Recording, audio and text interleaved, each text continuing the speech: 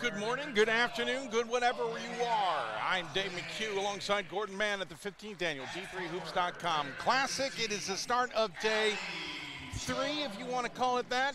The first mega day that we've got. 6 games on tap today, starting here with the first one between the Cardinals of Wesleyan and the Bulldogs of Redlands. It's an East Coast, West Coast battle. It is NESCAC versus SCIAC in the women's section of basketball. We already had the men's version of that yesterday. No, 2 days ago. See, this is what happens when you're at the event.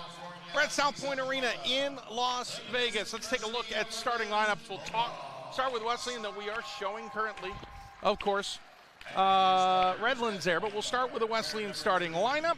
It is number 10, Megan Kirk, the 5'7" sophomore out of Orange, Connecticut. Number 12, Olivia Quinn, 6-foot senior out of Franklin, Massachusetts. And looking at the starters, actually, I don't know if I've got them properly on there. No, I do. Allie Jones, number 15, 6 foot from Wellesley, Massachusetts. Number 17, Maddie Dayton, 5'8" sophomore from Mill Valley, California. And number 33, Aviva Schnitzer. Okay, I thought so, but you know, brain sometimes questions it. 5'8" sophomore from Phoenix, Arizona. Now taking a look at Redlands. Yeah, see, the lineups are not right. I apologize. We're going to clear them. They did not apparently take. Number 3, Tegan McElroy, freshman from Phoenix, Arizona. Number 11, Andrea Perkins, a sophomore from Seal Beach, California. Great name of a town. Number 20, Leela Hosson, the senior from Seattle, Washington. Number 32, Colby Zorich, the senior from Woodinville, Massachusetts. And number 45, A.J. Wick, the center from right here in Henderson, Nevada. So we got that out of the way. We are done and dusted. Gordon, I'm kind of interested in this matchup. This could be somewhat intriguing. Wesleyan kind of building themselves. Redlands kind of rebuilding themselves. Yeah, I think I'm interested to see this Redlands team. We saw Amherst and Gettysburg yesterday. This might be the best women's team here. Redlands is 6-1. They played a quality non-conference schedule. They have 2 really good front court players, including Wick, who's an All-American, who's going to jump. Rich Murphy's been is a great coach. He's been there a long time. I'm interested to see what the Bulldogs have. Completely agree. A great season for Redlands last year. A great event here last year for Redlands women. They play. This is Wesleyan's first time here. Redlands is not quite our version of Ramapo on the men's side, but they've been here a bunch of times. Wesleyan's in the black uniforms with the cardinal red numbers and a little bit of white trim going right to left. Just turned it over. Now Bulldogs have the ball. They've got the white uniforms with the maroon numbers. Gordon, I'm going to need your confirmation that's correct. on that. Thank you. Wasn't your looks a little black on my eye. Yeah. As we're underway, first turnover for Wesleyan. Bulldogs now have it with under 10 on the shot clock, needing to do something. Now at the 5.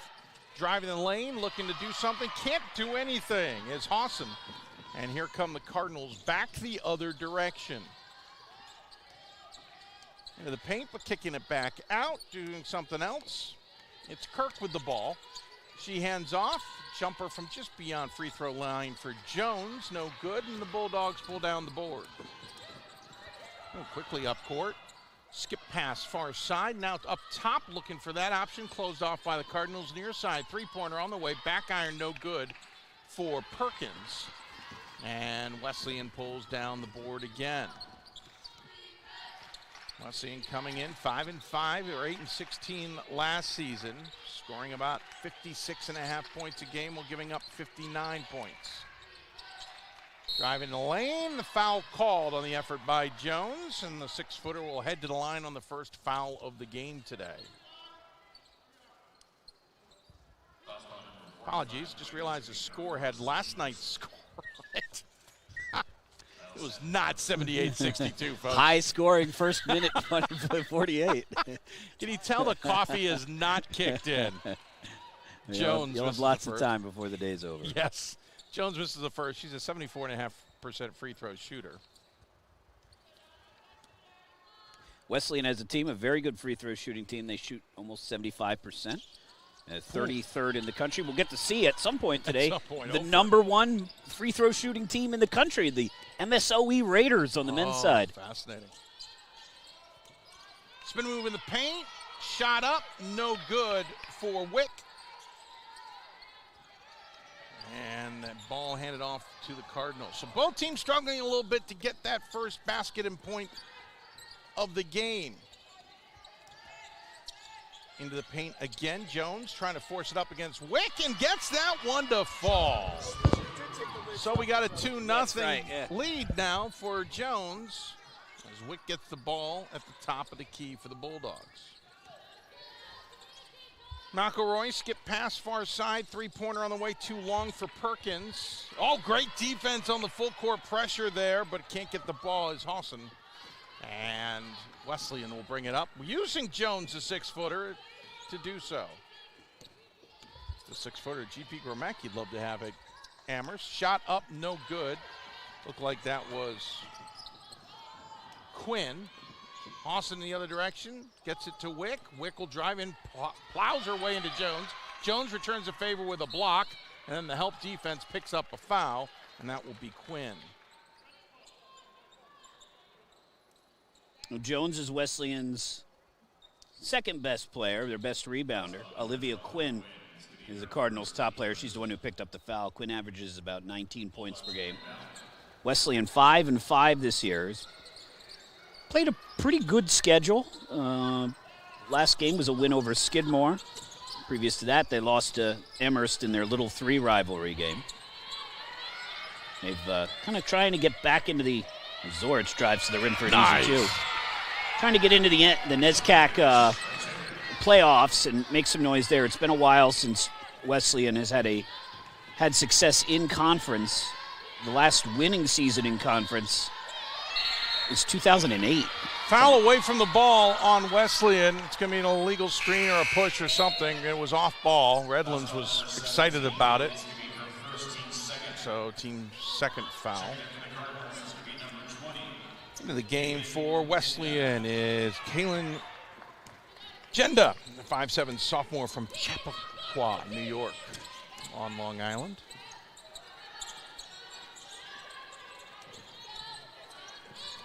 A little fake there, drive. Now the Bulldogs get it to Hawson. She drives in. She can't hit. Fight for the rebound, and it's Dayton who comes down with it. And again, using the 6-footer and Jones to bring the ball up the floor. It's an interesting tactic if you can make it work. Pulling the big defender out of the lane. Jones from the free throw line as Wick stepped off of her. Missed it, and Hawson pulls down the board. Up to Wick. Wick into the corner to McElroy, now up top to Perkins, back to Wick on the elbow, and she hits the shot. First points of the game for Redlands. Yeah, we've had a chance to basically, in snapshot, see A.J. Wick grow up at this event. You saw her in her first year, and now as a senior, Henderson, Nevada native. Been very impressive from the beginning. Great rebounder, quick feet, one of the best fours. I guess she technically plays 5. One of the best power forwards in Division III women's basketball. Foul on Redlands is Quinn was trying to put up a quick shot, and the help defense kind of undercut her. So Quinn will go to the line to shoot free throws. Best free throw shooter on the team at 82+%. Just a note, kind of a unique game for myself. Wesleyan, my father's alma mater. Redlands, my brother's alma mater. Didn't know your brothers went to Redlands. That's cool. Yeah. That's how we got to know their women's coach. Well, now Whittier's women's coach, apologies. Kristen Dowling, okay. They crossed over or were in the same class, something like that. I got to double check with Kristen because I can't remember. A little hesitation dribble in the lane. Cut off well by the Cardinals. Out to the corner for a 3. No good. And Redlands continues to struggle offensively here. Quickly, Cardinals the other direction. It's Kirk. Hands it off. Ball goes out of bounds back to the Bulldogs. Yeah, Redlands 2 of 10. Wesleyan, somehow, it doesn't seem like they're taking care of the ball poorly, but they have 6 fewer shots. Huh. It's a little more deliberate on offense. I guess. Oh, they do have 3 turnovers. Yeah, that counts for it then. Under 5 minutes to play, opening quarter. It is a barn burner here in the first game near the stables of the South Point Arena. It's 4-4. Kick out. Austin with the ball will drive in with 5 on the shot clock, puts up the shot, and draws the foul from Megan Kirk, the Orange, Connecticut native. I actually don't know where Orange, Connecticut is. Connecticut's not very big. No, so it's, but I thought I would know that one. Orange, I believe, is it close to Hartford, center of the state. That's probably what happens. I lived in 3 of the 4 regions in Connecticut, so it's not very big. I went to school in the northwestern New Haven, corner. Connecticut. Yeah, a little closer. Oh, near New Haven. Okay, got it. Yeah, so. Middletown is southeast, kind of between Hartford and New Haven. Yeah, kind of Hartford is the center of the state. New Haven, center on the coast. Southwest. Yep, and missed on the free throw. Got only 1 point out of the deal. I realize my scoreboard is not updated, folks. I apologize. I fell asleep at the wheel there. Quinn for 3. Ooh, that rattled out. That looked good from our angle. And Wick pulls down the board. Redlands going with some pace up court. Shot from 10 feet from the baseline. No good for Zorich. The Cardinals aren't afraid to go up pace either. Into the game we haven't mentioned. It's Samaya Lovett, the Woburn, Massachusetts freshman. Played every game of her freshman campaign. Ball deflected out of bounds stays with the Cardinals. For Redlands, they'll bring in Carly Hicks, the senior guard out of Portland, Oregon, which is now where most of my family lives. Yeah, Wesleyan, outstanding academic institution. They can recruit from all over. I realize Hicks plays for Redlands, but Wesleyan, I can see if they have any West Coast players. 2 seconds, quick 3, no good. Sorry, go ahead. It wasn't a 3, it was a 2. One from Arizona, Connecticut, Massachusetts, California, New Jersey, and Florida. Yeah, so that's kind of a typical NESCAC roster. Wick somehow avoids 2 tie-ups there. And the shot no good from McHugh. Yeah, Wesleyan's a little bit more regional, interesting enough considering their institution. Redlands is a little bit more spread out, taking advantage of that West Coast. Which I guess isn't too big a surprise considering the type of institution Redlands and the rest of the SCIAC is. Ooh, awkward moment there. I don't think Zorich was expecting that pass. Redlands is getting a lot of open shots on the perimeter. They're not falling yet, but nope. Redlands is a good three-point shooting team, 31% from behind the arc. That's upper third of Division III. So, if anything, that is the issue. 3 in the corner for Wesleyan doesn't fall. Both teams struggling a little bit with the distance shots. Nice feed inside to Wick, who converts on that. 7-4. Bulldogs up on Cardinals in a battle of different shades of red. Redlands averages 70 points per game. That's top 10% in Division III. Their defense, they're holding teams to 49 points per game. That's top 5% in Division III. And they played a pretty good schedule. Shot is up, no good. Inside for Allie Murphy, who's into the game, the 6-foot junior from Scotch Plains, New Jersey. No, I'm sorry, that was not her. No, I was right, it was Allie Murphy, apologies. Oh, Wick again. Back-to-back shots from Wick gives them a 5-point lead at 9-4. So Redlands 6-1. Their lone loss is a late game loss to George Fox, who will probably contend for their conference title. They have a 22-point win over Mary Hardin Baylor, who was ranked at the time. Yeah, Mary Hardin Baylor got off to a rough start. Yeah. They beat Mount St. Mary by 56 points, and Mount St. Mary will contend for their title.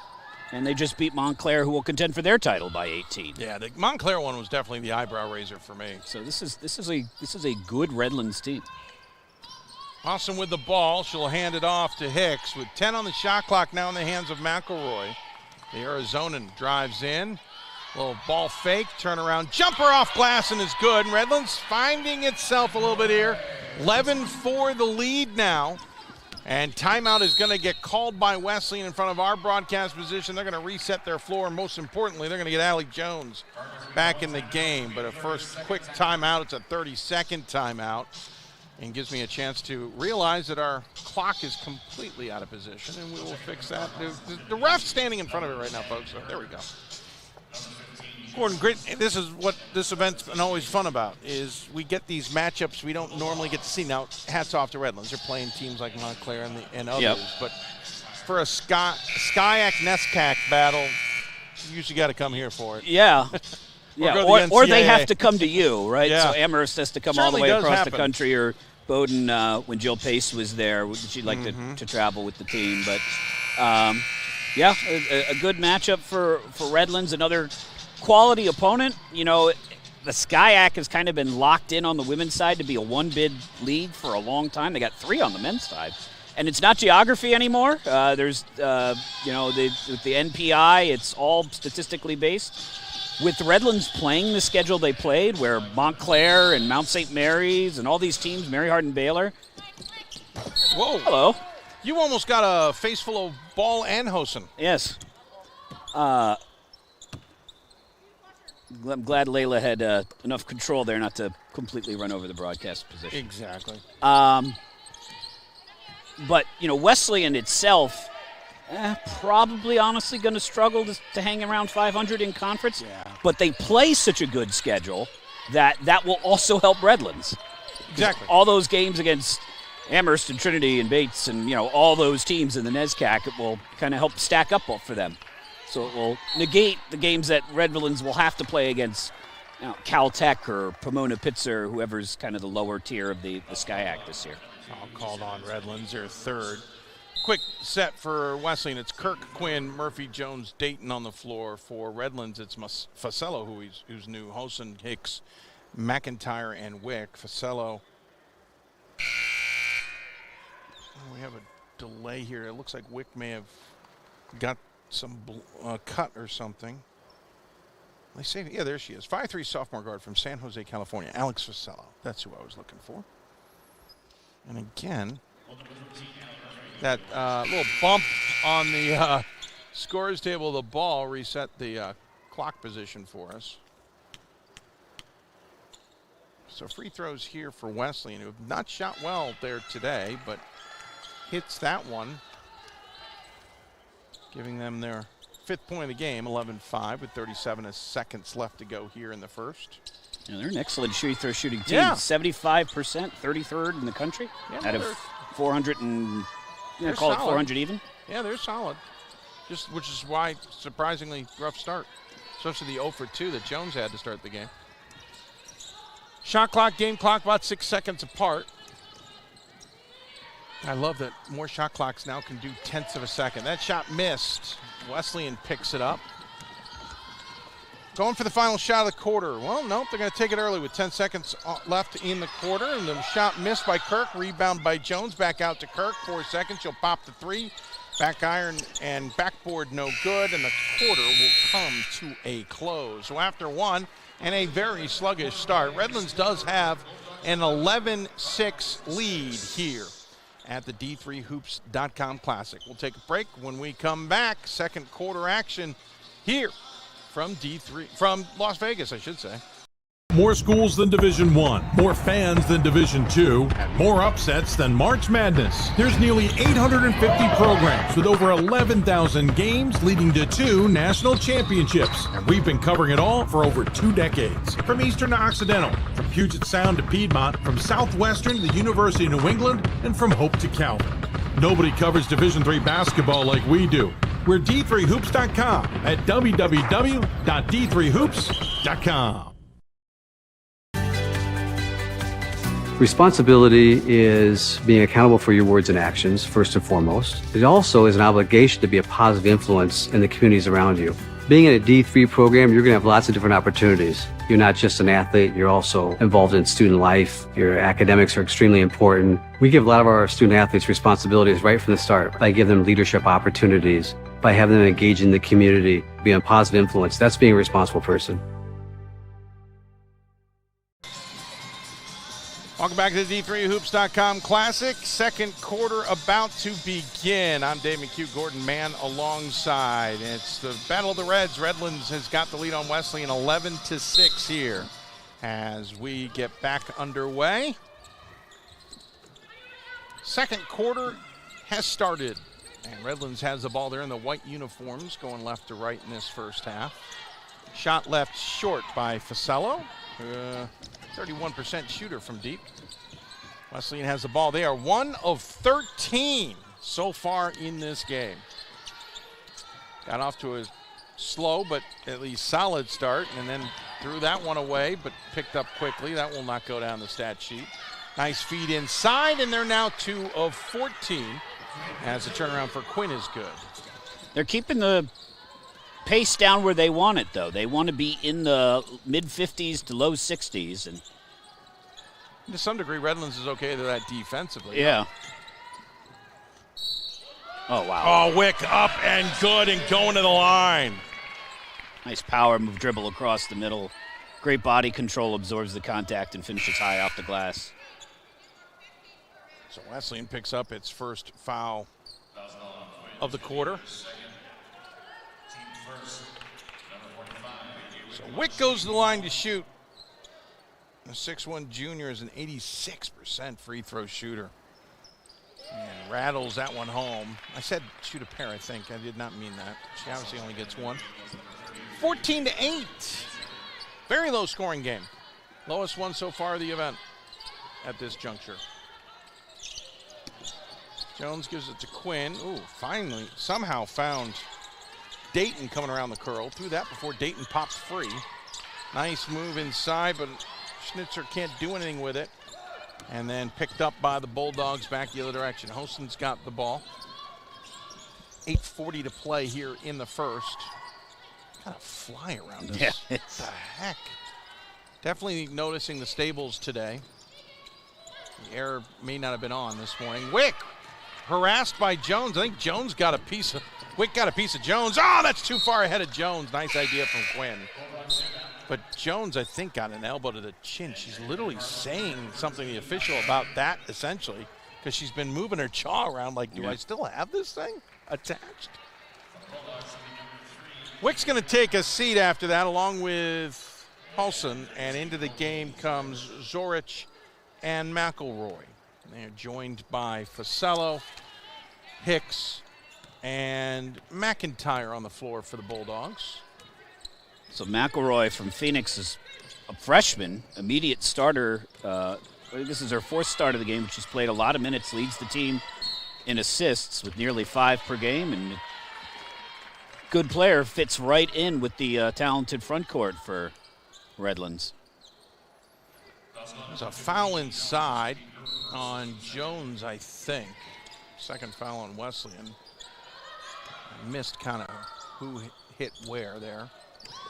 8 minutes to go, and losing the ball in the paint was McIntyre for the Bulldogs. Wesleyan's got Kirk, Murphy, Jones, Dayton, Schnitzer on the floor. Redlands, Facello, McIntyre, Hicks, McElroy, and Zorich. A couple mix out there, appropriately enough. Has a foul called on Redlands here. That's on Hicks, her first. And it was a shooting foul. And so that sends Dayton to the line. She's 7 of 8 on the season. At this juncture, that's not a lot of free throws. No. That one looked good. Yeah, first one nice and smooth. Wesleyan now with 9.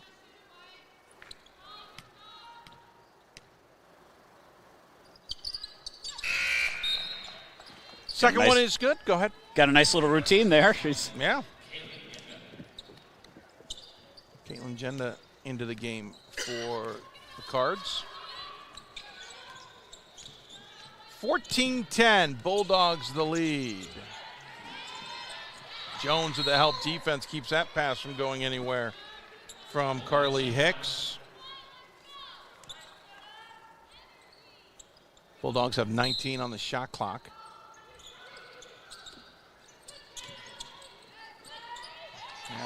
Quick jumper inside for McIntyre is no good. Jones again picks up the ball, brings it up the court. Now she's attacking with Wick not there. She's getting a little bit more, well, I was going to say confident. They just called an offensive foul.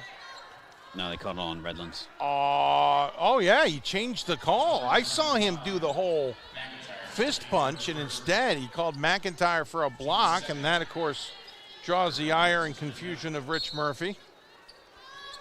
Wondered why Wesleyan's bench wasn't erupting. I misunderstood the hand signal. 15 on the shot clock. Redlands' second foul of the quarter. Ooh. And ball out of bounds after just confusion on the baseline. And the ball has now ball doesn't want to be part of this game anymore. As Andrea Perkins checks back in for the Bulldogs.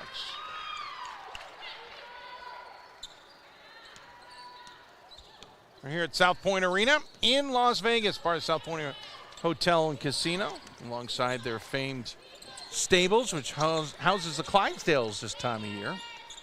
Quick shot is good from up top as Fasello drills the three. She's a 27% free throw shooter. Three-point shooter? Yep. And a little too much body there from Zora. It just might be the first women's game I've seen of the event where people are reluctant to help each other up off the floor. But you never know if the opponent really wants it or not, right? Sometimes they. Yeah, that's true. Sometimes they're not real enthusiastic almost at it. I'm just going to let him have the rest of my breakfast, and maybe I'll leave the rest alone. Pat trying to do his best Karate Kid impersonation. That's right. Get him some chopsticks. And a traveling violation called on Murphy before she was able to hit the shot. As if you hear our audio go out, it's because said fly has chosen to use one of the faders as a resting place. Look at and that. I want to He's end perfectly things. located. You're going to miss. I am, because a pressure wave coming down is going to get him. Oh, you got him! Yeah! I'm done for the day, folks. That was our most exciting call of today's game so far. What just happened on the floor, by the way? I was busy watching you with the fly. That was amazing. I tried to do it in transition expecting to miss, and I got it instead. You didn't miss any points. It's still 17-10. There we go. I did miss a foul, though. Okay. So Wesleyan did pick up a foul. Their third of the quarter. Both teams with three on our scoreboards updated. Nice little jumper from short range is good for Perkins. And Redlands extends out to 9, their largest lead of the game. They've nearly doubled up the Cards, and the Cards want to talk it over. Once again, calling timeout. I have a feeling this will be a longer conversation, and we will take it with them as well and enjoy the fact that I just got that fly. Take a break from South Point Arena. Redlands in the lead on Wesleyan here at the D3Hoops.com Classic. Football has taught me a lot throughout my life. It's definitely had a huge imprint on who I am as a person. Competing at a Division III level created that opportunity for me to go to college. Not only was I the first one in my family to graduate college, but I was really the first one to even go.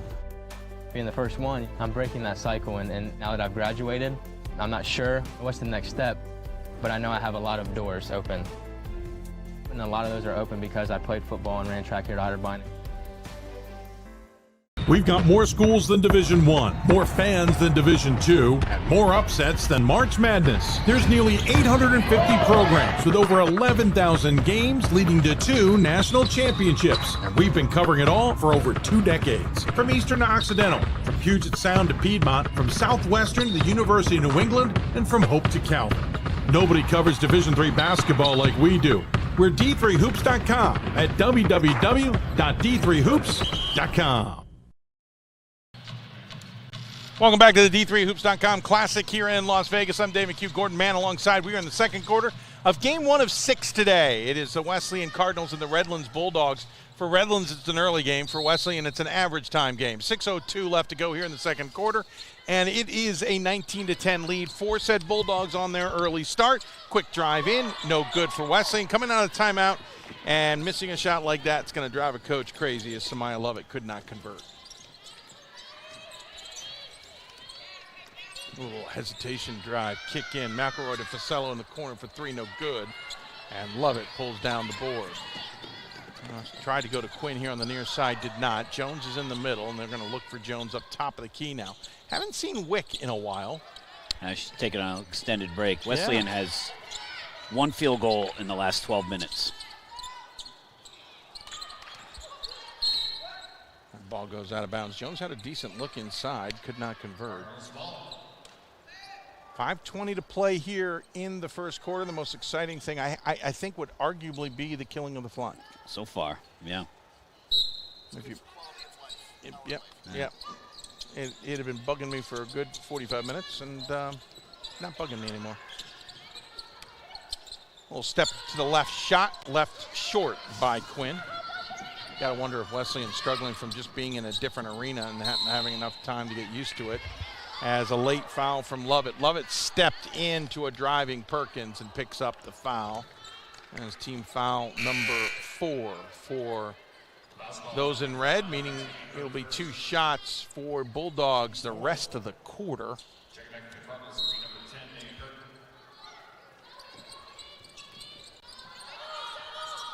A little trouble there. Kicks it out, did McIntyre. Now in the hands of McElroy. No relation, I do believe, though is from Phoenix, Arizona. I think McElroy has his time in Florida. Shot no good from McIntyre. And I'm Dave McHugh. You're McMahon? I'm German, yeah, so it doesn't work. Sorry. I tried to get the Mick there for you. 15 on the shot clock. 4.5 to play here in the second quarter. Lovett with the ball. Hands off to Quinn on the near wing. Jones comes up, sets a screen. That doesn't get them anywhere. Shot clock's at 2. Jones doesn't realize it. Shot clock violation. I heard a couple of people yelling out the shot clock, but it was not loud enough, and it certainly wasn't the entire bench. Yeah, no. Well, Wesleyan looks like they have about 5 Sparse. fans here. Yeah. NESCAC fans, I'll be honest with you. Not great. Travel. Not a great traveling group. No.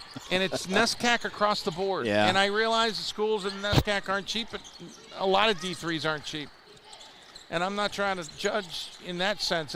I'm always stunned by how the NESCAC does not travel. Don't travel. And not just to this. No. Anything. Championship games. Yeah. Tournament. For whatever reason. 4 seconds on the shot clock for Wick, who's back in the game. Oh, I thought that was going to fall off of an awkward off backboard effort, but it does not. And by the way, another fly. Did he not see what happened to his friend? I think his brother is here to avenge him. Too fly, too furious. Well done, sir. 10 seconds on the shot clock. Jones kicks it to the near wing. Shot comes and rattles home for Megan Kirk. And Wesleyan finally gets that outside shot to fall. Needed that in the worst way. She was wide open in a good spot. Yep. Awesome quick shot. That rattles. Whew. Quick response.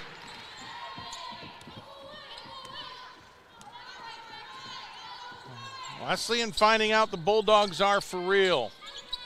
Struggling offensively in this first half. At one point, we're 1 of 13. They're 3 of 19. They're now so 3 of 19. It has not improved. 2 of 6 since, so it's slightly improved. Slightly.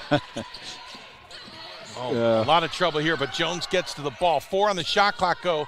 3 in the corners, halfway home, and doesn't fall for Quinn. And the putback from close range for Dayton can't fall. In the meantime, Redlands with a quick shot doesn't go. Lovett pulls down the board, but she is being harassed by Facello for all 94 feet. Jones with a massive pick. Wrong call. I'm going to say it right now. That's the wrong call. She was set. I saw it coming.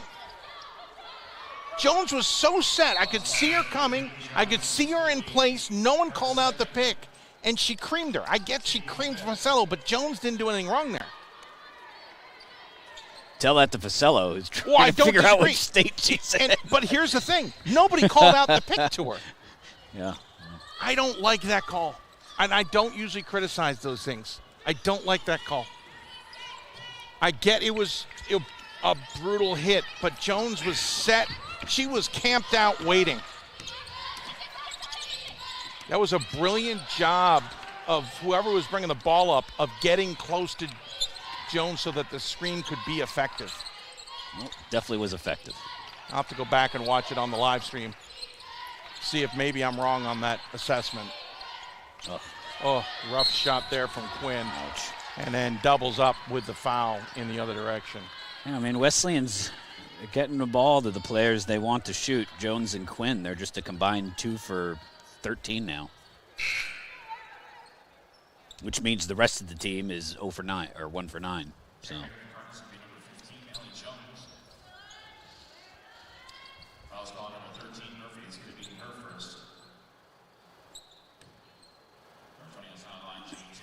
So 2 shots here on the double bonus.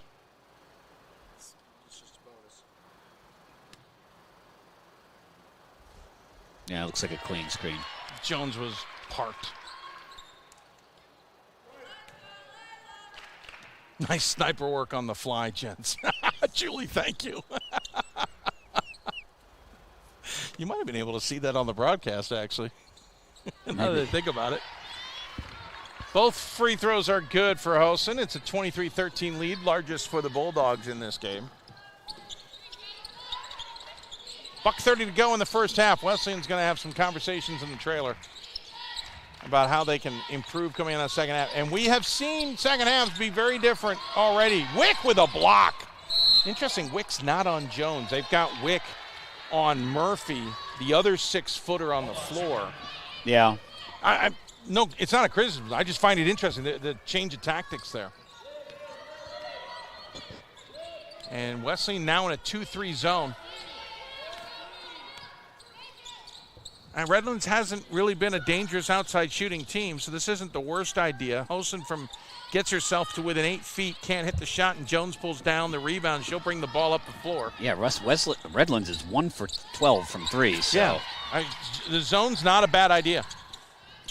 Quinn with the ball, top of the key, takes a quick shot. That thing hits back iron and pulled down by the Dogs with 42 seconds to go. Redlands with a what feels like a commanding 10-point lead. Wick drives, does not hit the shot. Great defense there from Murphy, who will hand the ball off to Kirk. 30 seconds on the game clock. There's about a 3-second difference between game and shot. So Wesleyan, I don't know if they're going to try for the final shot. They may just try and get a shot. Wow, nice tie-up. I think they're going to call a foul. No, they call the tie-up. Hicks ties the ball up. It'll stay Wesleyan in possession, but great job of Hicks with her quick hands.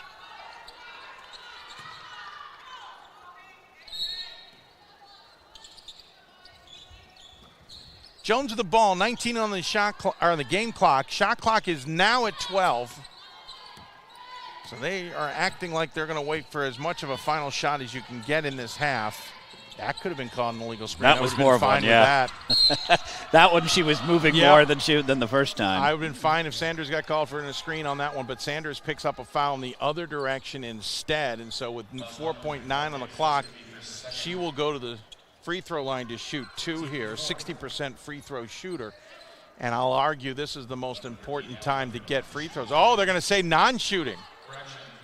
Rich Murphy makes a solid argument to say this was not a shooting scenario.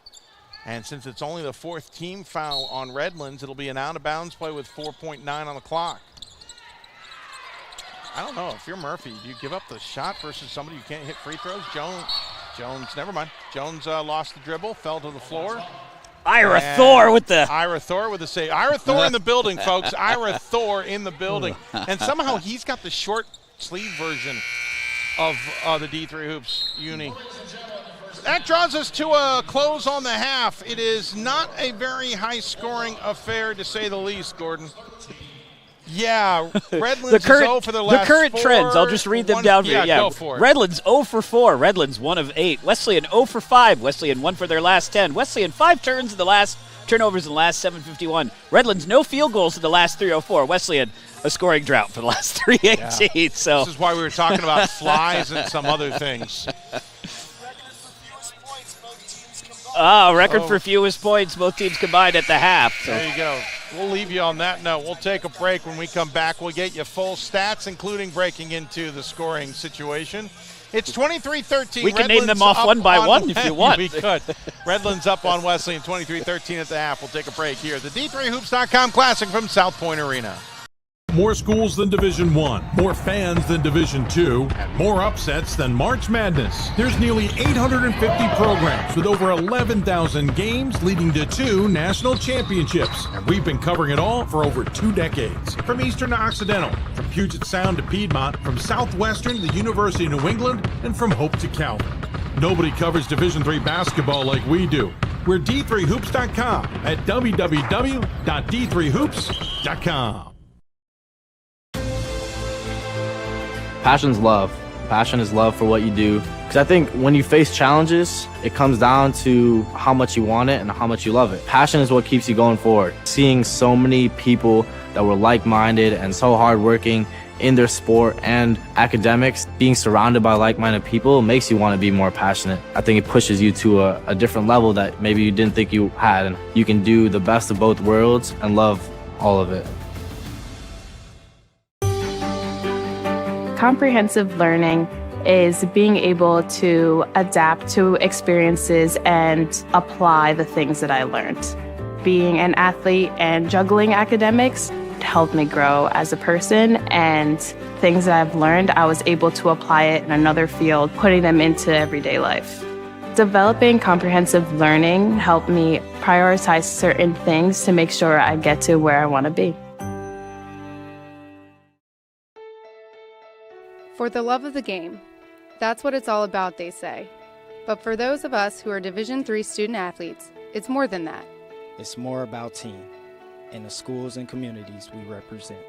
And for the many of us blessed with the strength to compete in sport at the college level, we understand that with what we were given comes a special obligation. Our obligation to help those who have their own special needs and whose love for the game is no less intense.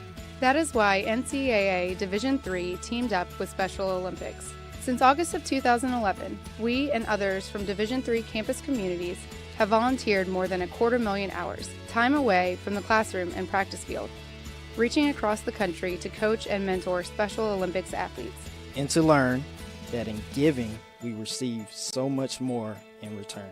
Help us keep that dream alive. Be part of it. Get involved. You can make a difference. I believe sportsmanship is a mutual admiration and respect for your fellow competitors. We all go through a lot to reach the point where we compete against one another. It's important to realize that. So once we're finally on the field or on the court or on the starting block, we look at each other as fellow human beings and not just competitors. Being able to recognize the hard work that other athletes are putting in creates a more positive and inclusive environment. Responsibility is being accountable for your words and actions, first and foremost. It also is an obligation to be a positive influence in the communities around you. Being in a D3 program, you're going to have lots of different opportunities. You're not just an athlete, you're also involved in student life. Your academics are extremely important. We give a lot of our student athletes responsibilities right from the start by giving them leadership opportunities, by having them engage in the community, be a positive influence. That's being a responsible person. Football has taught me a lot throughout my life. It's definitely had a huge imprint on who I am as a person. Competing at a Division III level created that opportunity for me to go to college. Not only was I the first one in my family to graduate college, but I was really the first one to even go. Being the first one, I'm breaking that cycle, and now that I've graduated, I'm not sure what's the next step, but I know I have a lot of doors open. And a lot of those are open because I played football and ran track here at Otterbein. It's not about yourself, it's about your team. Division III allows you to give yourself to other things.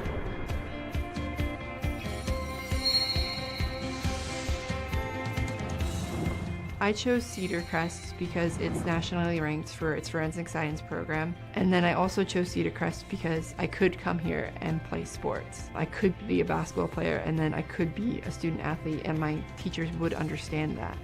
At a Division III school, you primarily a student athlete, so the school is really shaped around you developing yourself as a complete individual. The end result in my mind is you just become a very well-rounded person. I know sports is important, but having the academic part along with it is a big plus. There's more to them than being a student athlete. They're a club president, they're a student in the classroom, so it's a well-rounded experience. Division III school was the best opportunity for me to have both the highest academic challenges and some of the very highest athletic challenges too. So that's why D3 athletics is so great. It gives you the opportunity to get involved in so many different things and be able to still do all those things. D3 school, there's a lot of time for other opportunities. During soccer season, the coaches, they expect a lot of you during soccer, but after soccer, that's your own personal time. It's your time to go explore different things and really find out who you are and other opportunities that you can pursue. Division III in athletics, affords students the opportunity not only to participate in intercollegiate athletics at a competitive level, but also gives them the opportunity to, engage in the other interests in their campus and in their lives outside of that sport and outside of the academics on the campus. I wanted to be really balanced. I wanted to be focused on academics and athletics and be able to do other things that I wanted to do. And I knew Division III would be able to not only let me do that, but support me in that. You have more time for your extracurricular activities outside of school, whether it's not academics, spending time with your family, your friends, and those are things that are important to me in a college experience. Being a Division III athlete and developing my leadership skills has definitely put my name out there and helped me get more recognition on campus, but more recognition nationwide. I did win the Jostens Trophy, which is based on leadership, academics, and then how well you do on the court. I think there's more opportunities for academic scholarships in Division III. Division III schools offer academic scholarships instead of athletic scholarships. This really puts the focus that the student athlete needs to maintain that GPA. I got the presidential scholarship from Case Western, which was huge for me. I did receive a non-athletic scholarship upon entering school, and I carried that for my first 2 or 3 years. I did receive academic scholarships my freshman year, and then every single year I get a little bit more because of my academics. Just being involved on campus, being an athlete, and then being a leader in so many different clubs. All those things combined kind of get me recognized. Don't pass up a Division III school if you have the opportunity. Division III offers many experiences. I would definitely choose Division III school because you can develop your leadership skills. I mean, basketball and academics are so important here, but you can also develop who you are as a person.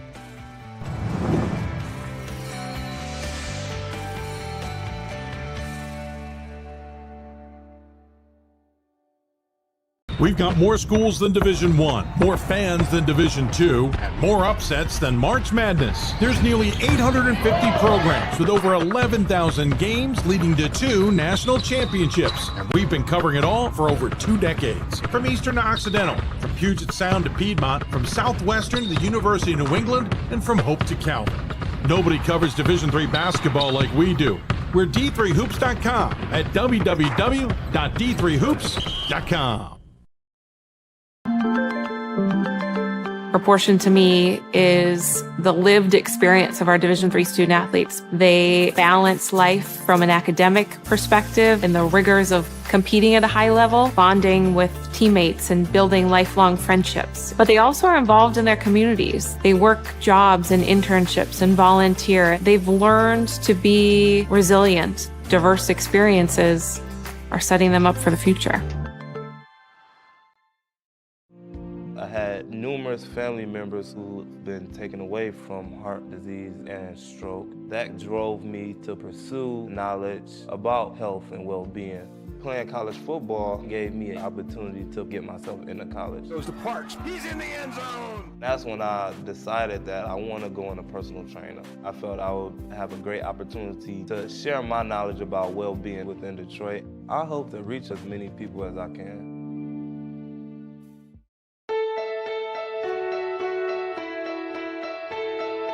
For the love of the game. That's what it's all about, they say. But for those of us who are Division III student athletes, it's more than that. A lot more.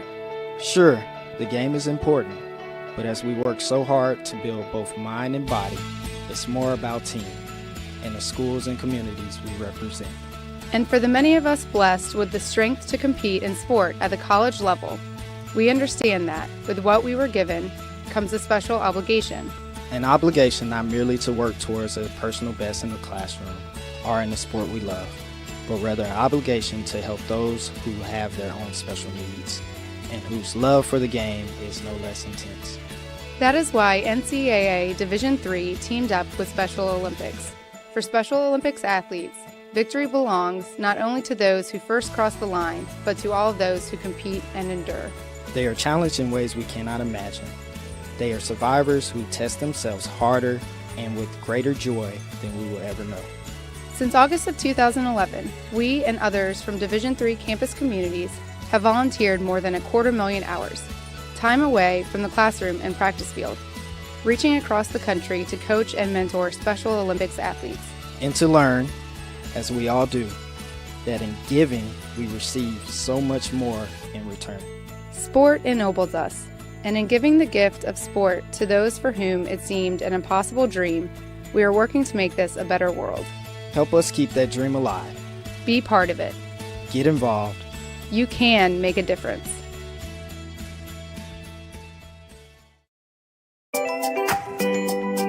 A good citizen is someone who wants to make a positive impact, both in their communities and in the world around them. The Division III approach is absolutely the best approach out there for amateur sport because it wants student athletes to explore all parts of who they are. Be successful in the classroom, be successful in competition, be successful in the community. So our student athletes learn what it means to strive for and attain success, but doing it the right way and being good citizens. I enjoyed my shoulder when I was practicing platform diving. It was a blessing in disguise. When I went to physical therapy, I realized this is something I want to do. That's when I changed my major to physical therapy. I want to inspire people to do whatever they love doing. I'm fortunate to have Cliff as my coach. He made me believe that I can get back into diving after my injury to prove that nothing can stop me from chasing my dreams. We've got more schools than Division I, more fans than Division II, more upsets than March Madness. There's nearly 850 programs with over 11,000 games leading to 2 national championships. And we've been covering it all for over 2 decades. From Eastern to Occidental, from Puget Sound to Piedmont, from Southwestern to the University of New England, and from Hope to Calvin. Nobody covers Division III basketball like we do. We're D3Hoops.com at www.d3hoops.com.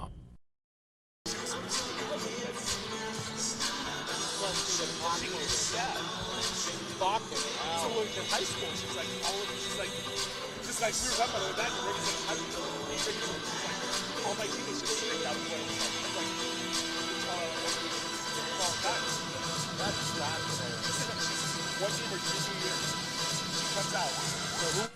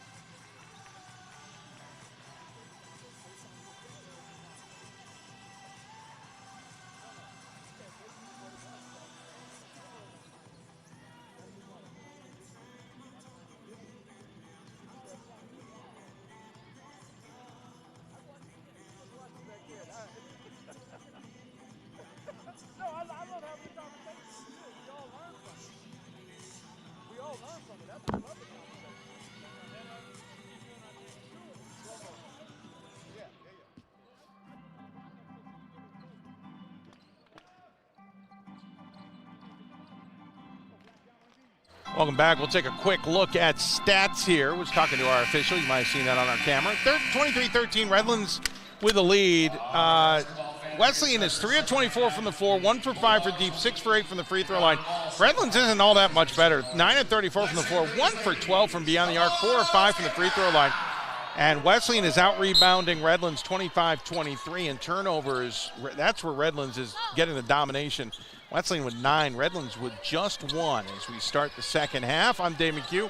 Gordon Mann alongside. Any thoughts on the stats, sir? It was ugly. It was an ugly first half. Hopefully the teams both shoot better, because I'm sure as painful as it is to watch, it's even more painful to play. Yes, absolutely agree with you.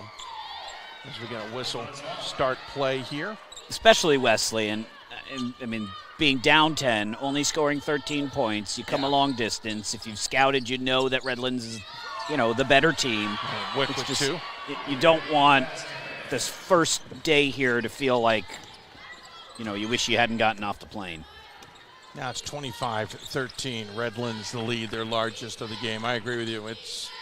You want something to feel good about. But we saw Whittier yesterday come from 20 down with 3 minutes to go in the third quarter to force overtime and win. So you figure it out suddenly, things can get rolling, and a nice little jumper there from the baseline for Wesleyan is a good start to things.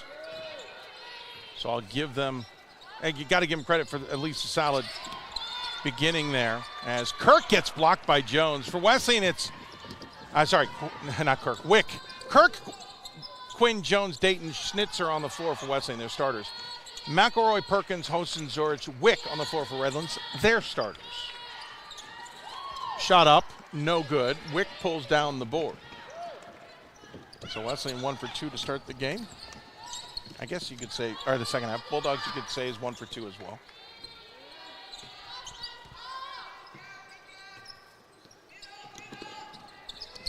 Onto the baseline, Zorich.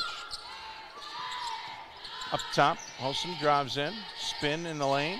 Will kick it into the corner, now to the wing. With shot clock expiring, McElroy can't hit the three-pointer, and their struggles from deep continue. Right up the middle, Jones off the glass, no good. Good defense there from Zorich. Holston around a token screen. There was a defender she used as a screen and gets the 2 points. She literally used the Wesleyan player to her advantage. Well done. Can't trade baskets if you're the Cardinals here. And that's going to be a tie-up as Hosen got her hands in there. And it'll be Cardinal ball.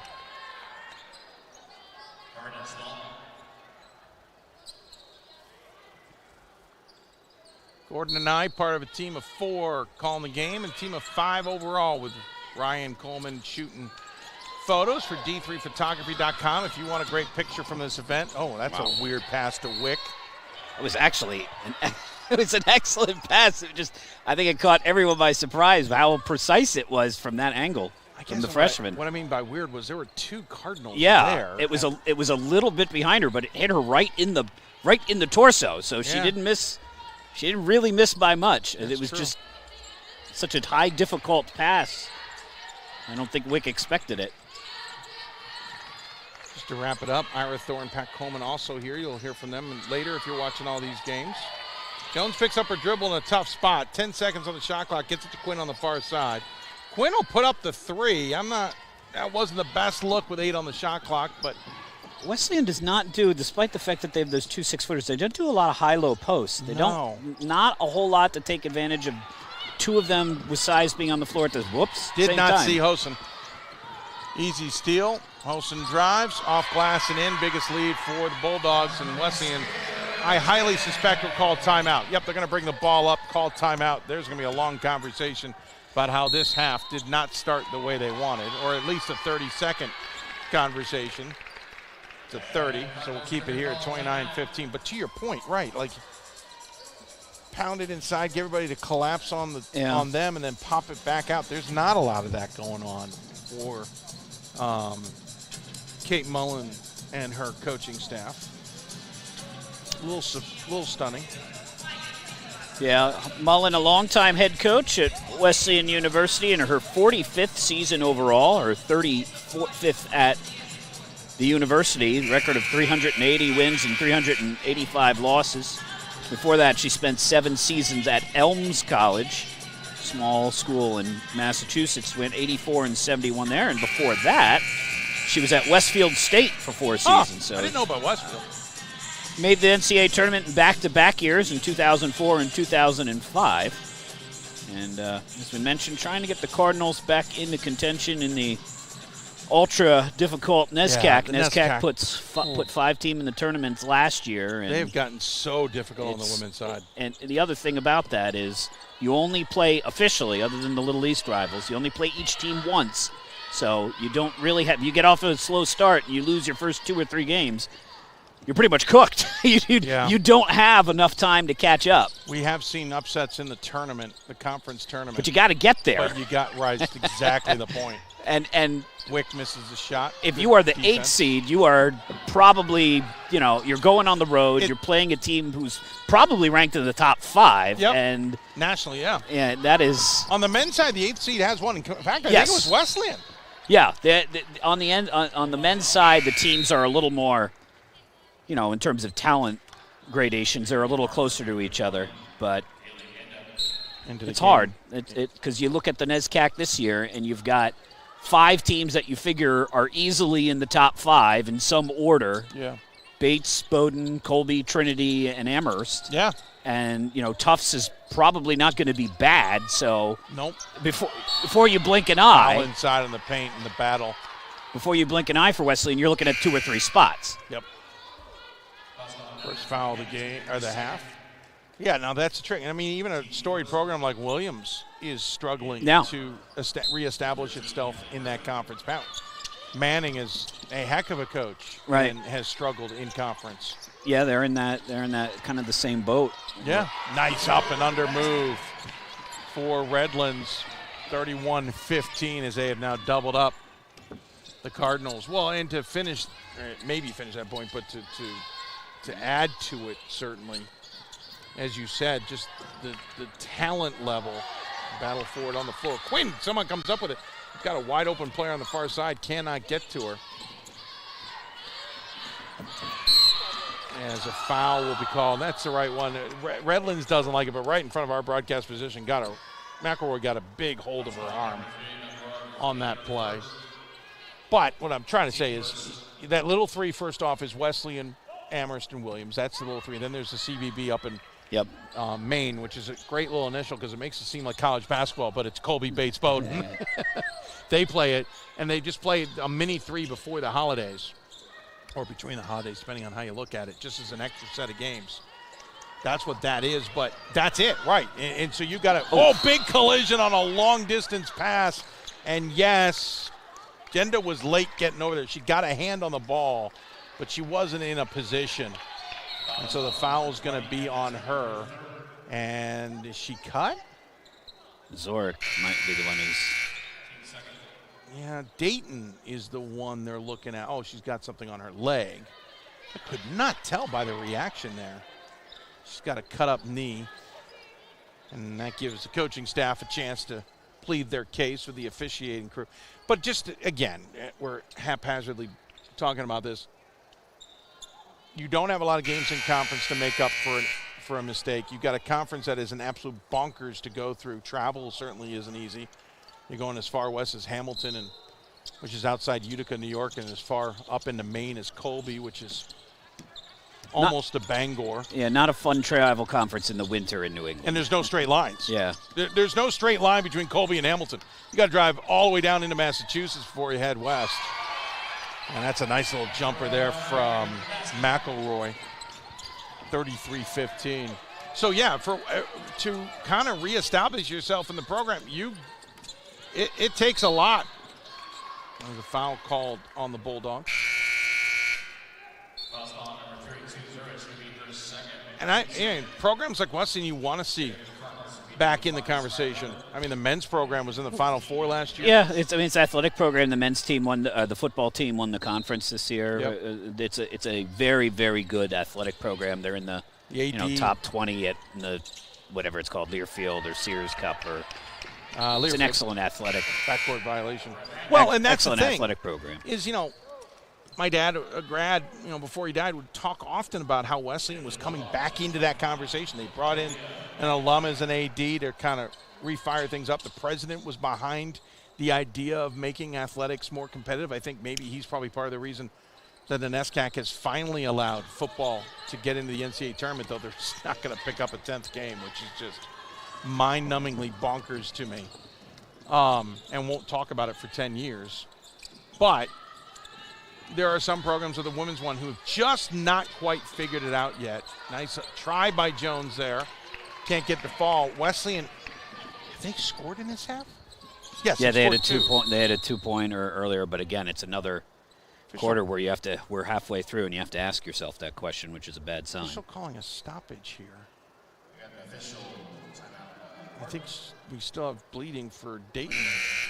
That they're. Oh yeah, looking at her knee, she's definitely a little banged up. But what I was gonna say that blew my mind is Kate Mullen's been there so long. I think she's one of the rare coaches, and this really dates me, that was coaching probably before you and I got out of college.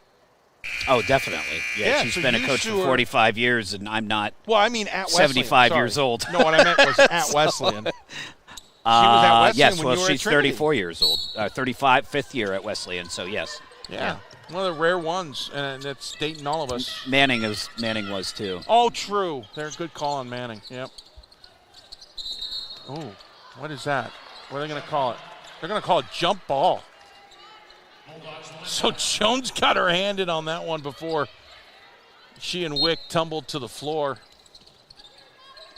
Wesleyan's offense betraying them because they've got Redlands in a pretty low-scoring affair, let's be honest. Yeah, Redlands has not shot well. The offense has looked good. Shots have not fallen, but combination of good defense and just really poor shooting for Wesleyan has put this game in seemingly out of reach. I know there's time left, but Wesleyan has 2 points this half and 15 in the game. And we're approaching the fourth quarter. Shot no good. Out of bounds, back to Redlands, and the shooting woes continue for Wesleyan. They are now 4 of 34 from the floor. Redlands on an 8-0 run. Wesleyan 0 of their last 9. They have not scored in 6 minutes of play. Austin will take a seat. Hicks will enter the game for the Bulldogs. It's not going well for the Cards. Oh, nice steal, though. Cannot hit the shot. Jones with a steal. Wick is slow to her feet. Gets it over to a teammate in Murphy who cannot drop kick that shot. I see what you did there. Jones, who just missed that layup, she's a 1,000-point scorer in her career. She's averaging 19 points per game. So, well, Jones passed it off. Oh, sorry. It doesn't. So it's not like these. No. It's just nothing is going a good day. right. Yeah. No, it's a good day thing, not a program thing. Foul on Wesleyan, their third. Wick will take a seat after colliding. She talks to Coach Murphy about hitting the deck and finger or wrist or something. First free throw good. Redlands continues to at least extend the lead as Wesleyan's scoreless drought goes well over 6 minutes now. Yeah, they had a 7.5-minute scoring drought in the first quarter.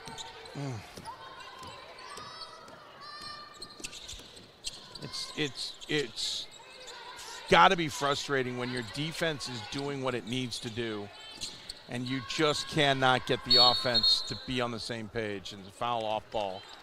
I mean, a holding foul on the Bulldogs. Both teams with 3 fouls. But that's got to be the frustrating thing. It's you're doing well on defense, right, and you can't capitalize on it. Jones with the ball. Bumps into her teammate. Teammate hits the deck, and Jones ends the scoreless streak at over 6.5 minutes by finding a basket. 35-17, Bulldogs the lead. Ball in the hands initially there of Aliyah Anderson into the game. Anderson, Oceanside, California, making her 4th appearance on the year for the senior. Kick out. 3 on the way for Perkins and hits. That's only their second 3 of the game. Yeah, they had, after taking a bunch in the first half, they have not attempted. That's their first attempt of the second half. Wesleyan, by the way, 1 of their last 11. And Redlands in the last nearly 6. His 13-2 run is another miss for Wesleyan, now 1 of their last 12. into the game for the Cardinals. Jenda again, and Schnitzer the starter. Minute 52 left to go here in the third. I don't know if we're going to see a Whittier-type comeback today, Gordon. I would love to see it. Well, it's only the first of 6 games, so. Offensive charge. It's the right call there. I will agree with that one. Carly Hicks passed it off, but she kept on moving and plowed right over Jenda in the lane, camped out, having a cup of coffee. We had a talk with the officials about that charge at midcourt on Jones. It was a good one. I liked it. They came over. They said they looked at it too. Oh, just missed. Schnitzer went to throw it, and Quinn was cutting. Quinn will take a seat. Talking about 2 steps. I still think that distance was there. The official, even after reviewing it, felt it wasn't. But I like that conversation. That was enjoyable to have.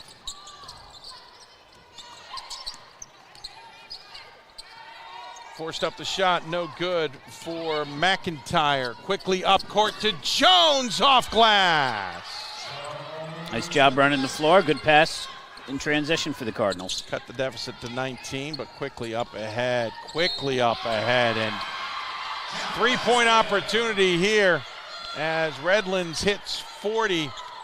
Nice job of moving the ball. McIntyre off the feed will go to line for a 3-point play opportunity. Both teams at 4 fouls, meaning after this, both teams will be in the bonus, though with $1:04 left to go in the quarter. We'll reset.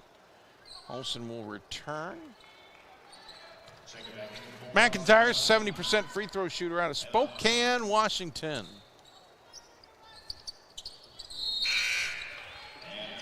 She will take a seat after hitting the shot. 41-19. We already had the lowest scoring total first half between these 2 teams.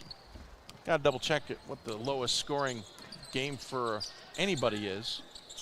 Wesleyan's 19 is probably flirting with that. 2-hand defense from Hosen is the call. She doesn't argue it.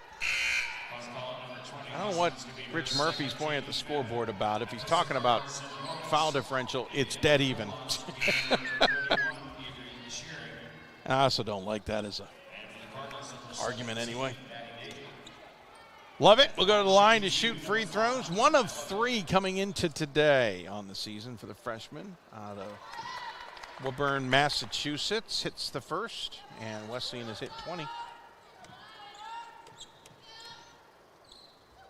Hope you're enjoying this. I'm Dave McHugh, Gordon Mann alongside. 1 of 6 today. Coming up, we've got Gettysburg and Occidental in another East Coast, West Coast battle. Centennial and Skyac this time. Occidental not exactly an historic battleground site, so we can't tie that in with the Gettysburg Bullets. They're both orange. I don't know if that helps you. True. Yeah, that's nice. I like that. Burnt orange. Shiring into the game, the Yorba Linda, California junior cannot handle the pass, which was a bit behind her, admittedly. That turnover should go on the passer. Love it with the ball. Wesleyan looking to maybe cut into this 20-point deficit before the half, and the handoff to Quinn was too tight. Quinn was not expecting that. Ball pops up right into a Bulldog hand. Nice pass up ahead. Shot is missed. Battle for the board. It's mostly Cardinals there. Ball loose, somehow still loose, and finally corralled. 5 seconds on the clock for the quarter. Quinn with a quick shot, no good.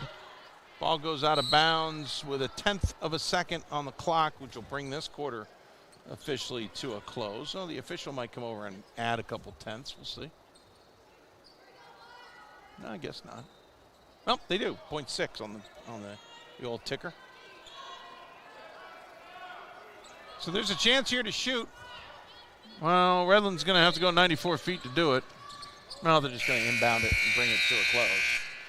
So the end of 3, it is Redlands fully in charge, 41-21 in a game that doesn't even feel like 41 or 20-point difference. Take a break. When we come back, 4th quarter action. You're watching the D3Hoops.com Classic from South Point Arena in Las Vegas. More schools than Division I, more fans than Division II, and more upsets than March Madness. There's nearly 850 programs with over 11,000 games leading to 2 national championships. And we've been covering it all for over 2 decades. From Eastern to Occidental, from Puget Sound to Piedmont, from Southwestern to the University of New England, and from Hope to Calvin. Nobody covers Division III basketball like we do. We're D3Hoops.com at www.d3hoops.com. I injured my shoulder when I was practicing platform diving. It was a blessing in disguise. When I went to physical therapy, I realized this is something I want to do. That's when I changed my major to physical therapy. I want to inspire people to do whatever they love doing. I'm fortunate to have Cliff as my coach. He made me believe that I can get back into diving after my injury to prove that nothing can stop me from chasing my dreams. I believe sportsmanship is a mutual admiration and respect for your fellow competitors. We all go through a lot to reach the point where we compete against one another. It's important to realize that. So once we're stopping the ad as we're back. Welcome back to fourth quarter action now as we get ready to start play in front of our broadcast position. I'm Dave McHugh, Gordon Mann alongside as we are back in action here at the D3Hoops.com Classic. It is the fourth quarter between Wesleyan and Redlands, and Wesleyan turns it over on their first possession. Gordon, Wesleyan's at least heated up every quarter. Yeah, they're trending up. 6 points, 7 points, 8 points. Yeah, the joke was by the 14th quarter, their offense is going to be on fire. Maybe tomorrow. Ball loose. Wesleyan cannot hold on to it, and now, ooh. Oh, man. Yeah, Dayton looks to be in a lot of pain. I think she got an elbow or a knee to the rib cage. Yeah. She's trying to shake it off. Coach is like, no, why don't you just come over? Let's not. Go see somebody. Go get some water. Yeah. She's trying to shake it off. Yeah, and she's turning an uncomfortable shade of red there. Yeah, right? That's what if I'm noticing red, it's not good. I admire her tenacity. Pain tolerance. Yeah, pain tolerance. Yeah. We'll reset the fouls on the scoreboard. Sorry, folks. Nice little jumper from Anderson there. Yeah, Aaliyah Anderson, a senior, played in a handful, or as part of the rotation for Coach Murphy. One thing he's done is he's done a nice job to mix in. You have a good balance of underclassmen and more experienced players. Wick is, I thought she was a senior. I didn't realize she's just a junior. But he's got a freshman point guard. Perkins has looked good. She's a sophomore. Hosen's the senior, so he's got a well-balanced roster. Bulldogs last year were 13-13, lost in the conference semifinals, and then year before they were 13-12. So a significant turnaround for Redlands over the last 2 years. And poor shot there, to be honest with you. As much as you can tell from a very raggedy game, you can see the talent. Redlands has looked okay on offense. They've gotten all kinds of open shots. They just haven't fallen. And I think at some point, maybe intensity, too. It's kind of hard to ramp up your intensity when you're up 22 points on a team that's going 6 minutes between baskets. Timeout called by Wesleyan, the penultimate timeout. Redlands has not called one so far today. I think the only poor choice that Rich Murphy has made in the last few years, to be completely honest, is he welcomed back alum Kristen Dowling after she left Pepperdine to be his assistant. Whittier had a job opening. He said, you should take that. Well, Whittier turned into a juggernaut in her first season there last year. He probably was saying, oh, why did I do that? Yeah, well, she had she did a great job with a really good roster. Roy Dow, who was the head coach there. They let him go like a month before the season. Yeah, and that team was really, really good. And she made the most of that talent. Yeah, she got a lot out of that talent. And now she's in a different situation where pretty much everybody has graduated. She's got like 2 players back, and so it's a full rebuild there at Whittier. But I just got a kick out of the fact that part of the story of how she got there was Rich going, you should take that job. Shot good for Anderson again.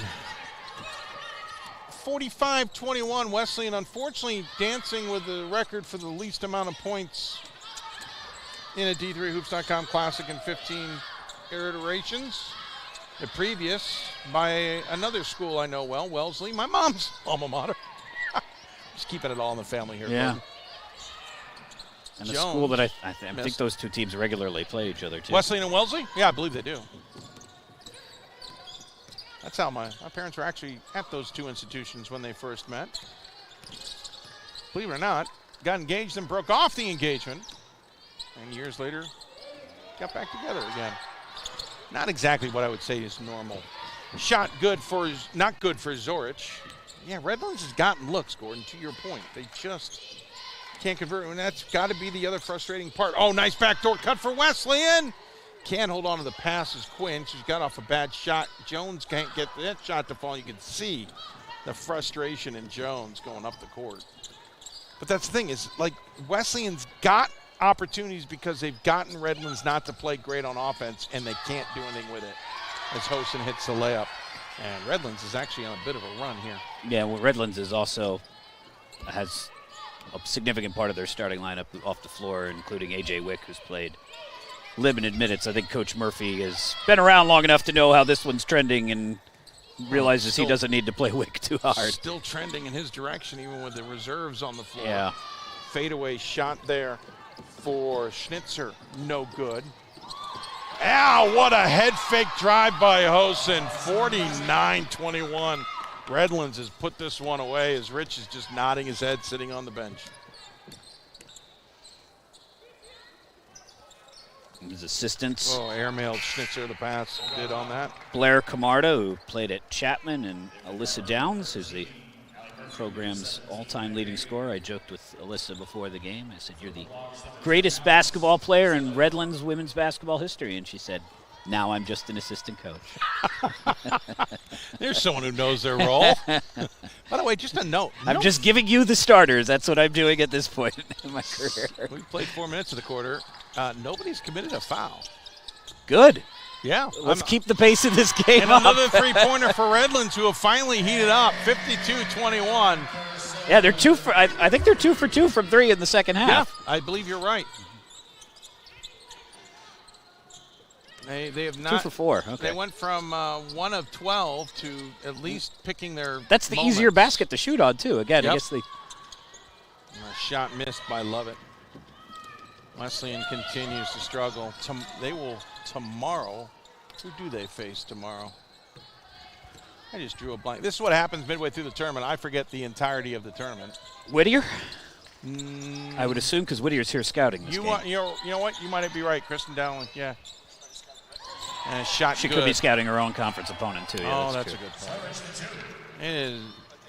They are playing Whittier Redlands tomorrow. 6 of 8 now. I guess that makes some sense. 5:10 to play. Kristen Dowling came over and said hello at halftime. Schnitzer got bumped off that shot by Anderson. I don't think officials are looking to call anything unless it's egregious at this juncture. And that was not egregious. And Wesleyan's going into the bench now. And so is the Bulldogs at the scorer's table. Nice pass. Great pass. Couple great passes, and 3 just missed. Nice rebound, pulling it down with one hand. We'll draw the first foul of the quarter. As heading to the line here will be Zorich. Going to get 2 new players in. Checking in for the Bulldogs, 5'4" freshman guard from Harbor City, California. This is Monica Villanueva. And the next player, yeah, she'll have to wait. I think that's McIntyre. Nope. Delaney. Biley. Somebody different? 5'8" freshman from Boca Raton, Florida. Oh, that's for Wesleyan. Wesleyan entered the game. There was another Wesleyan player who entered. Yeah, number 3 and number. Was it 11 or 13? Oh, I thought I don't have an 11. I thought it was Jones coming back in. Oh, you might be right. I apologize. Or it might have been Dayton or Jones. You're right. One of them. I can probably look at the substitution log. You know, they have that stuff for us. Biley and Jones in. You're right. Schnitzer and Quinn out. There we go. And the one Bulldog player is going to have to wait a little bit longer. Dayton apparently feeling a little better. She's out there now. Yep, and moving with the ball. 8 seconds on the shot clock. She hands it off to Biley, who kicks it out to Jones for 3. That's good.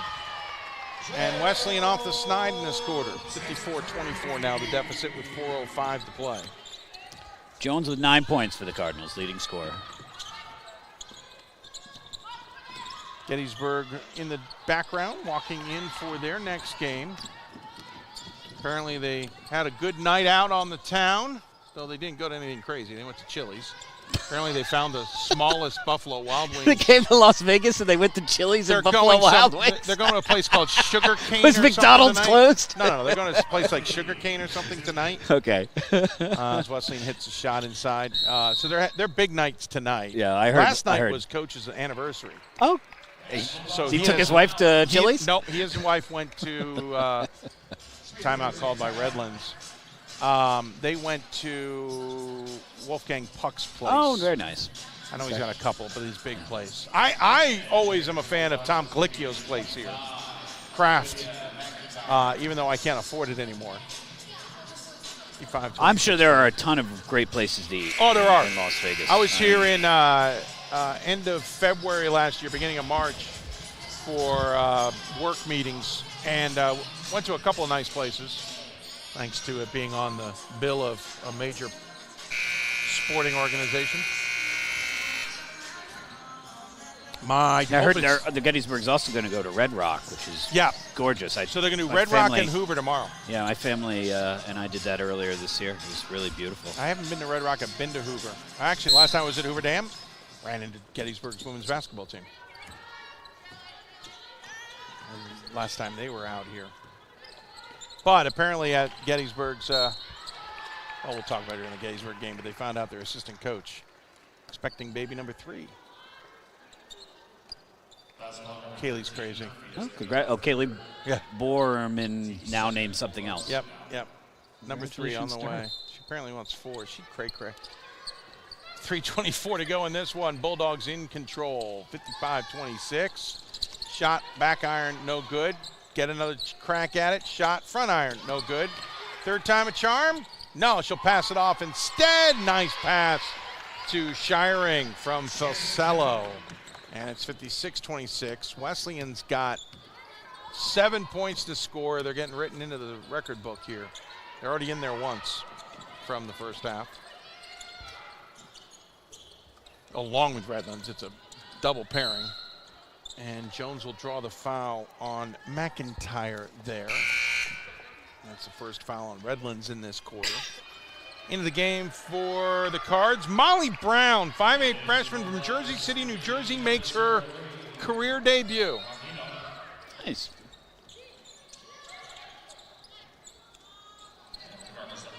She wears number 23. Oh, I'm sorry. No, I said 22, Molly Goff. I thought Goff was, Lovett is grabbing her ankle on a foul called on her. I said Goff was in, Brown was in. I apologize. It's Abigail Goff making her second start of her career as a 6'1" freshman at Cohasset, Massachusetts. I saw 23 and I conflated it with 22. And they're going to take their time to talk to Lovett. So both teams will chat it up. Lovett was grabbing the high side of her ankle. The high ankle, that's always the worst, the high ankle sprain. Good news, she's walking off, albeit with a slight limp. She's in the huddle, but she will retreat to the bench.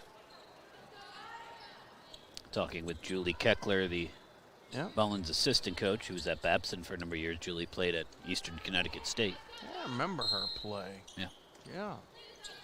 She was one of those players you enjoyed watching play the game. I don't know why, just did. 14 seconds on the shot clock for Wesleyan, who've got 26 points and will draw the foul. Nice job there by Goff, the freshman. Wesleyan definitely has size. They do. Can they do something with it with this young group? Like, a lot of freshmen on this team.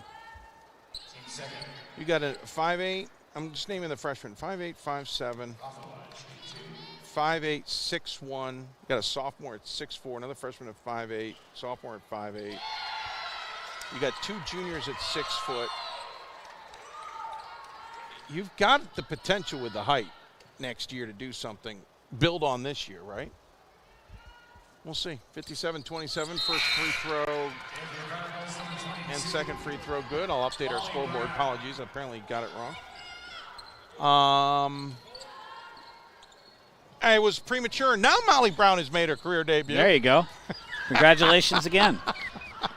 This time Molly, for real. spelled with a Y, I may add, and may have just picked up her first career foul as Facello hits the two-pointer and will convert. No, it wasn't out on Brown. It was on Goff. 59-28 with 2:26 to play. Facello for the three-point opportunity. Not taking a free throw this season. And now she has. 60-28. This is not how I knew the Bulldogs were good. Just didn't expect Wesleyan to struggle as much as they did today. We'll have the final box at d3hoops.com. You can go to the D3 Classic page to pull that up.